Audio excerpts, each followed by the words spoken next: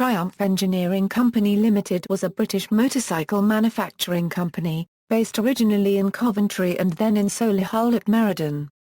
A new company, Triumph Motorcycles Ltd based in Hinckley, gained the name rights after the end of the company in the 1980s and is now one of the world's major motorcycle manufacturers. Origins. The company was started by Siegfried Bettmann, who had emigrated from Nuremberg, part of the German Empire, to Coventry in England in 1893. In 1884, aged 20, Bettmann had founded his own company, the S. Bettmann & Company. Import-Export Agency, in London. Bettmann's original products were bicycles, which the company bought and then sold under its own name. Bettmann also distributed sewing machines imported from Germany.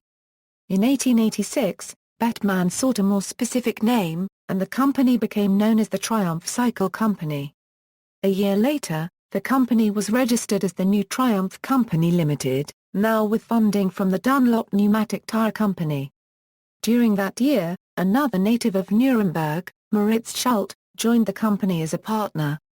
Schult encouraged Bettmann to transform Triumph into a manufacturing company, and in 1888 Bettmann purchased a site in Coventry using money lent by his and Schult's families. The company began producing the first Triumph-branded bicycles in 1889. In 1896 Triumph also opened a bicycle factory in Nuremberg. In 1898 Triumph decided to extend production at Coventry to include motorcycles, and by 1902 the company has produced its first motorcycle, a bicycle fitted with a Belgian Minerva engine. In 1903, after selling more than 500 motorcycles, Triumph began motorcycle production at the Nuremberg factory. During the first few years the company based its designs on those of other manufacturers, but in 1904 Triumph began building motorcycles based on its own designs, and 1905 saw the first entirely in-house designed motorcycle. By the end of that year, the company had produced more than 250. In 1907, after the company opened a larger plant, it produced 1,000 machines. Triumph had also initiated a lower-end brand, Gloria, also manufactured in the company's original plant. Confusion between motorcycles produced by the Coventry and Nuremberg Triumph companies resulted in the latter's products being renamed Oriel for certain export markets. However, a company named Oriel already existed in France, so the Nuremberg motorcycles were renamed again as TWN, standing for Triumph Worker Na 1/4 RNBERG. World War I. In the 1920s. The beginning of World War I was a boost for the company as production was switched to provide for the Allied war effort. More than 30,000 motorcycles among them the Model H Roadster, also known as the Trusty Triumph, often cited as the first modern motorcycle were supplied to the Allies. After the war, Bettmann and Schult disagreed about planning, with Schult wishing to replace bicycle production with cars. Schult ended his association with the company, but during the 1920s Triumph purchased the former Hillman Company car factory in Coventry and produced a saloon car in 1923 under the name of the Triumph Motor Company. Harry Ricardo produced an engine for their latest motorbike. By the mid-1920s Triumph had become one of Britain's main motorcycle and car makers, with a 500,000 square feet plant capable of producing as many as 30,000 motorcycles and cars each year. Triumph also found its bicycles demanded overseas, and export sales became a primary source of the company's revenues, although for the United States, Triumph models were manufactured by license. The company's first automotive success was the Super 7 model, which debuted in 1928. Soon after, the Super 8 model was developed. 1930s. When the Great Depression began in 1929, Triumph sold its German subsidiary as a separate, independently owned company, which later merged with the Adler Company to become Triumph Adler Company. The Nuremberg Company continued to manufacture motorcycles as TWN until 1957. In 1932, Triumph sold another part of the company, its bicycle manufacturing facility, to Raleigh Bicycle Company. By then, Triumph had been struggling financially, and Bettmann had been forced out of the job of chairman. He retired completely in 1933. In 1936, the company's two components became separate companies. Triumph always struggled to make a profit from cars, and after becoming bankrupt in 1939 was acquired by the Standard Motor Company. The motorcycle operations fared better, having been acquired in 1936 by Jack Sangster, who also owned the rival Ariel Motorcycle Company. That same year, the company began its first exports to the United States, which quickly grew into the company's single most important market.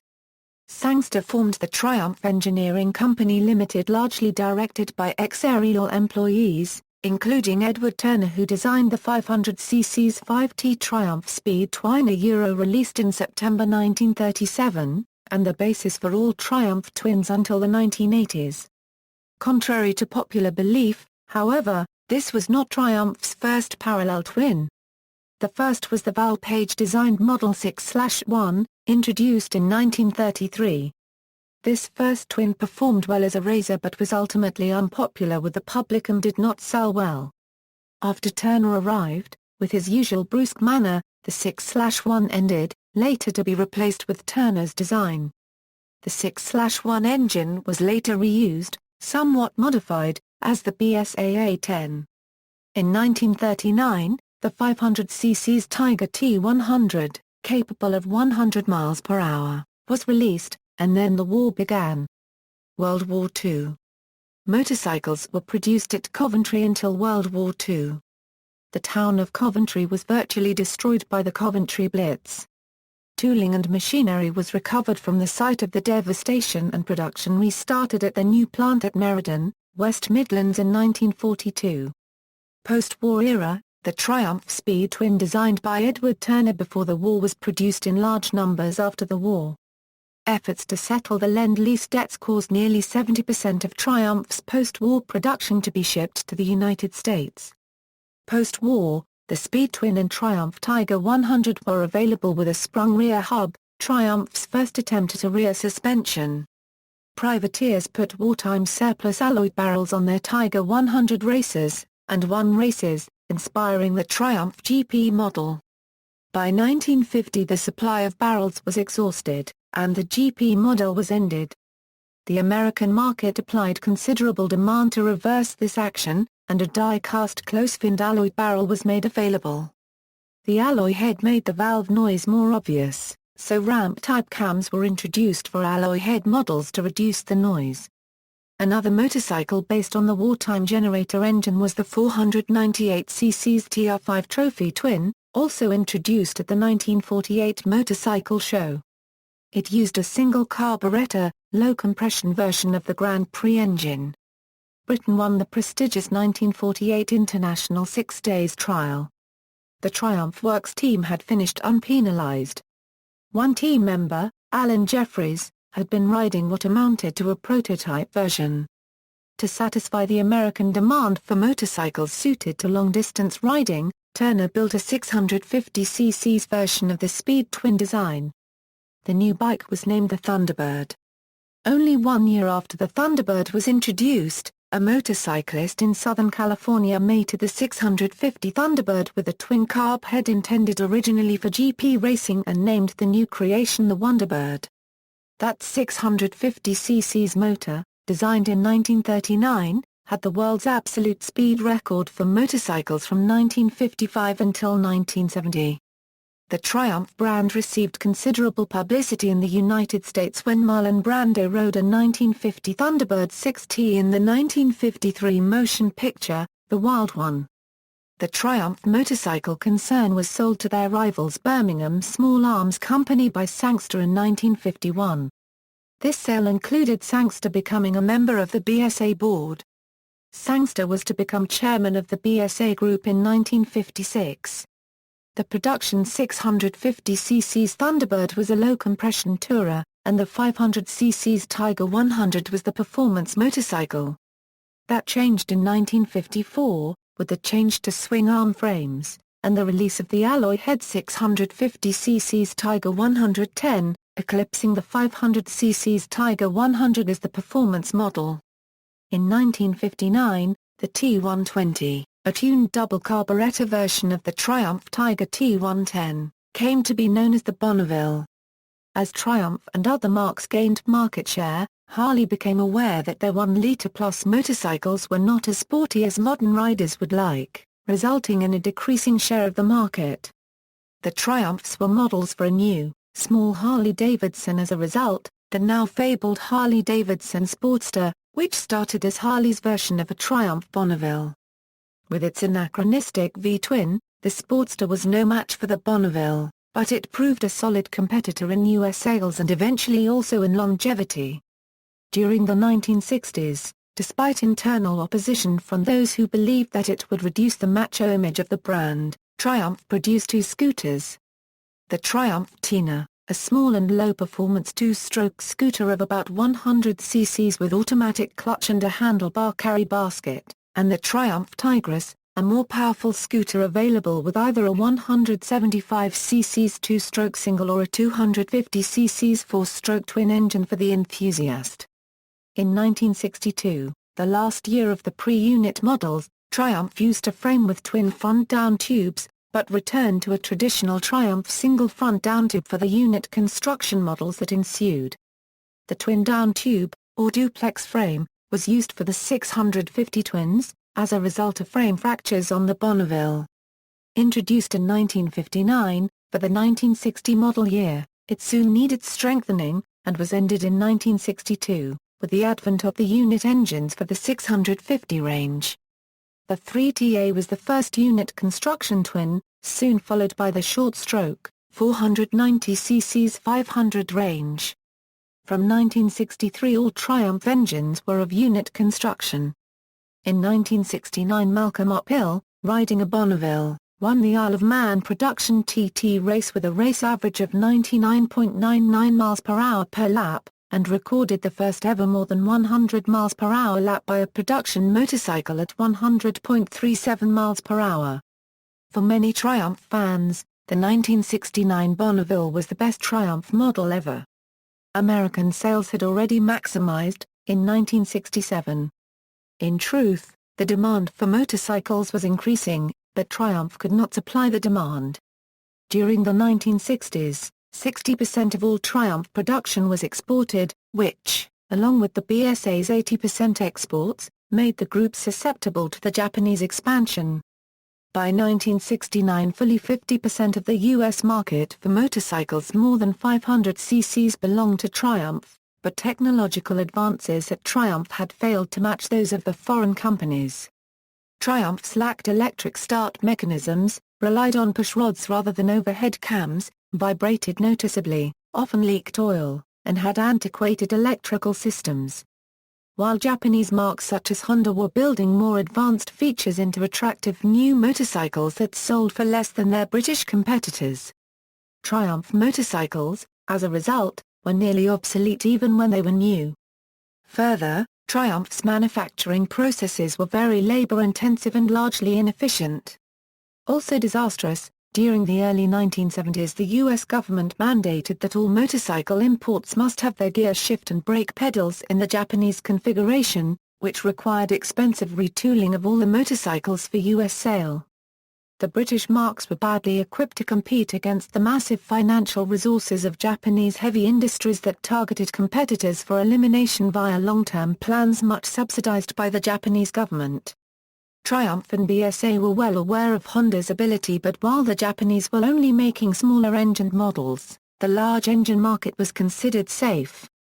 When the first Honda 750cc's four-cylinder was released for sale to the public, Triumph and BSA had trouble. Despite developing and releasing a three-cylinder 750cc's engined motorcycle prior to the Japanese fours, the BSA Rocket 3/Triumph Trident, the Japanese bikes were praised in the press for their modernity. The British triples outperformed the Japanese fours, but the Japanese fours required less maintenance and they didn't leak. The 1970 Tiger Bonneville redesign and taller twin front down-tube oil tank frame had a mixed reception from Triumph enthusiasts at the time, and was insufficient to win back those already riding the Japanese bikes that had been vended since 1969. The Honda 754, and the Kawasaki 500 Mach 3. The Triumph 350cc's Bandit received pre-publicity, but its development was quietly brought to an end. Triumph was still making motorcycles, but they no longer looked like the motorcycles Triumph fans expected. The Trident attracted its own market, but the Japanese motorcycles were improving more rapidly. The parent BSA Group had losses of £8.5 million in 1971, £3 million for BSA motorcycles alone. The British government became involved. The company was sold to Manganese Bronze Holdings, which also owned Norton, AJS, Matchless, Francis Barnett, James Velocet and Villiers. Norton Villiers Triumph. A new company named Norton Villiers Triumph, managed by Dennis Poor, emerged in 1972 when the BSA Group became bankrupt. Government help resulted in a merger with the Manganese Bronze Holdings subsidiary Norton Villiers. The three remaining brands to be produced by the company were combined to create the new group name Norton Villiers Triumph. However, this restructuring would result in a number of closures and redundancies, due to the end of the Conservative government aid by the then Labour Minister, Roy Hattersley. After many consultations with the factory personnel explaining the consolidation necessary to compete with the Japanese, in September 1973 NVT Group Chairman Dennis Poor finally announced the closure of Meridan Works effective February 1974. Of 4,500 employees, 3,000 were made redundant. Worried about unemployment and having their products given to a rival firm, the workers at the Meridan factory demonstrated against a relocation to Small Heath, Birmingham, the BSA site, and staged a sit-in for 2 years. With political aid of the newly elected Labour government and, in particular, the then Minister for Trade and Industry, Tony Benn, the Meridan Workers' Cooperative was formed, supplying Triumph 750cc motorcycles to its sole customer, NVT. The Meridan Motorcycle Cooperative. After the collapse of NVT in 1977, the cooperative bought the marketing rights for Triumph with more government loans, later becoming Triumph Motorcycles Ltd. The venture, with only two 750cc models, the Bonneville and Tiger, started well with a successful variant, the 1977 Silver Jubilee Bonneville T140J, and by 1978 was the best-selling European motorcycle in the vital USA market. Introducing emissions-compliant models during 1978 and 1979 such as the alloy wheel Triumph T140D Bonneville Special and T140E Bonneville to the dominant USA market could not attract buyers to a product now made prohibitively expensive by a strong UK pound. Moreover, despite updating the model such as by introducing electric starting and a fared Triumph Bonneville Executive T140X with luggage, by 1980 Meridan's debt was £2 million additionally more than the earlier £5 million loan. In October 1980, the new Conservative British government wrote off £8.4 million owed but still left the company owing £2 million to Britain's Export Credits Guarantee Department.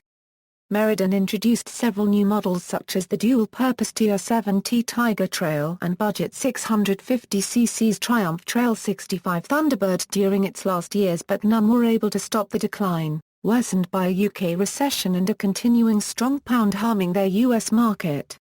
However, the Triumph Royal Wedding T140LE Bonneville celebrating HRH the Prince of Wales nuptials was a popular collector's item for 1981, and that year a 750cc's TR7T Tiger Trail won the Rally des Pira copyright. Now copyright is on off-road rally. Large orders for police motorcycles from Nigeria and Ghana were won at critical moments, thereby saving the firm during 1981 and 1982 respectively. 1982 was the last year of full production, with the custom-styled Triumph T140 TSX and 8-valve Triumph T140W TSS model initiated although a porous cylinder head made by external contractors and insufficient development quickly eroded the latter's initial market popularity. In 1983, the debt-ridden company briefly considered buying the bankrupt Hesketh motorcycles, and even badged one as a marketing trial. Despite also touting a 900cc's prototype water-cooled twin at the 1983 National Exhibition show to attract outside investment, Triumph Motorcycles Ltd itself became bankrupt on August 23, 1983. Triumph Motorcycles Ltd. Triumph Motorcycles Ltd is the largest surviving British motorcycle manufacturer. When Triumph went into receivership in 1983, John Blur, a former plasterer who acquired his wealth from building and property development, became interested in keeping the brand alive, and bought the name and manufacturing rights from the official receiver. The new company, initially Bonneville Coventry Limited, ensured that Triumph has produced motorcycles since 1902, winning it the title of the world's longest continuous production motorcycle manufacturer. A licensing agreement granted to pattern spares manufacturer, Les Harris, kept the Triumph Bonneville in production until 1988 until Triumph reinitiated a new range during 1990 and 1991. Triumph now makes a range of motorcycles reviving model names of the past, including a newly designed Bonneville Twin. See also, List of Triumph motorcycles, Triumph Motor Compagnia Eurocars, Triumph Cycle Company Limited of Nottingham, England, manufactured bicycles. Triumph Owners Motorcycle Club, Edward Turner. References. External links, Ian Chadwick's Triumph History site, Triumph at DMOZ, Catalogue of the Triumph Archives, held at the Modern Records Centre, University of Warwick.